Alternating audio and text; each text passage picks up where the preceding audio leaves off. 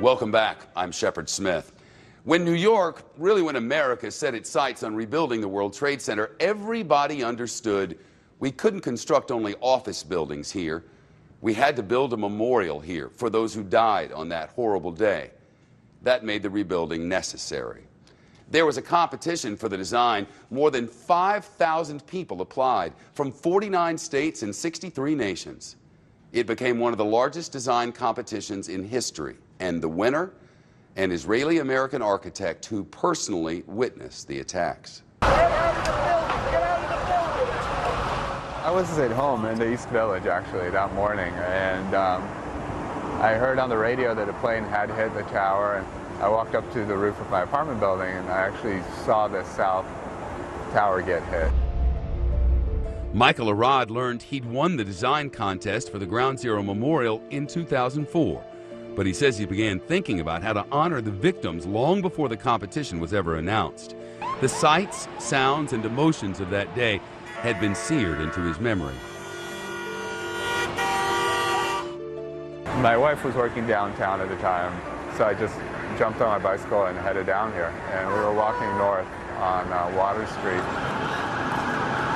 You could hear this noise, you could hear this wave of panic sweeping through the crowd, and I had no idea what they said it's falling. I didn't know what they were talking about. I left home and the towers were standing, and I came home and they were gone.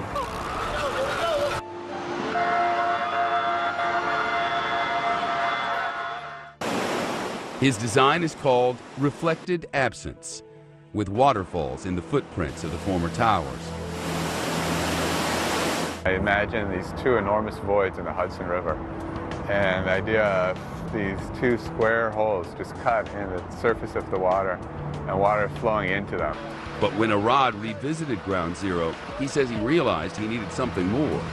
Although I came there by myself, I didn't feel alone when I was there. And what I wanted to capture was that sense of community and bring it to this site. And so I was taking those two very different ideas, these memorial voids that I imagined in the Hudson and my own experiences here in the city. It was really that evening that I found solace in my fellow New Yorkers at one of these sort of impromptu gatherings.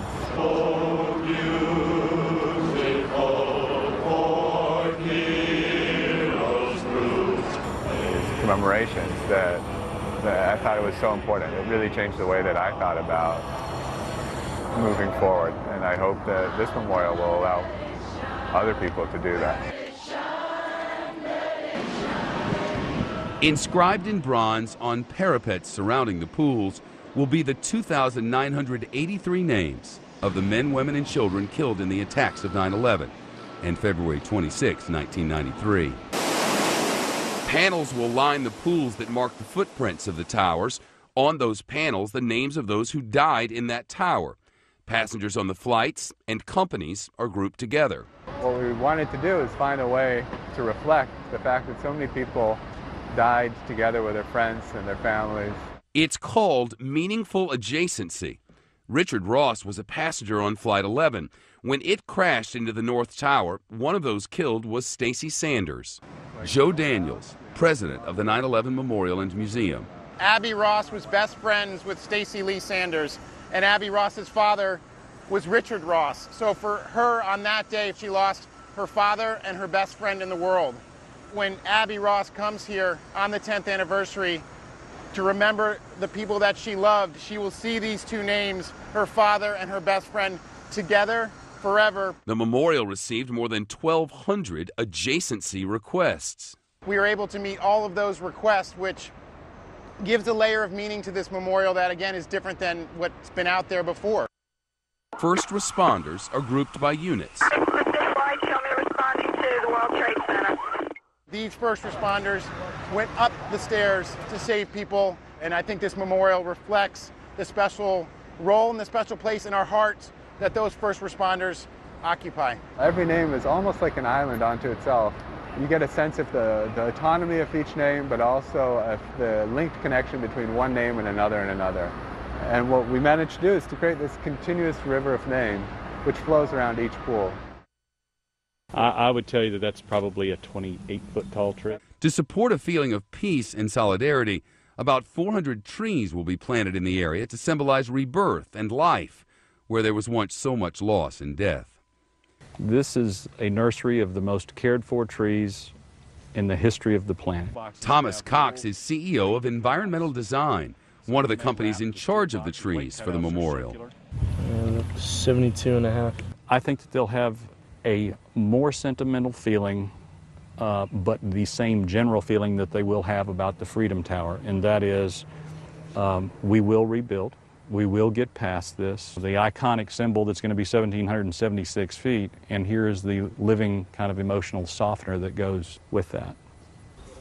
24'11". They have this army of consultants that are out here, and if a beetle crawls across the highway, alarm bells go off in world headquarters, literally. The trees brought in from New York, Pennsylvania, and Washington, D.C. The place is attacked, and where passengers fought back. So we need to know how far it is to that edge. Every single tree is on a complete database. All of them are monitored electronically. Every single tree has special prescription fertilization done to it. The choreography that's gone into the entire project it's remarkable. 85. Wayne, 85. In August of 2010, Tom Cox watched as they planted the first 16 trees on the memorial site. 70 floors above, the artist Diana Horowitz is watching too. Yeah. She's going to need a lot more green today. So now I'm starting to put the trees in. Because they just came in. They just came in. So you're like, bring a tube of green today. Exactly. There are currently 220 trees in the plaza. The planting will continue in stages. It'll be a collection of 32-foot-high swamp white oak, each expected to grow an average of 2 feet per year.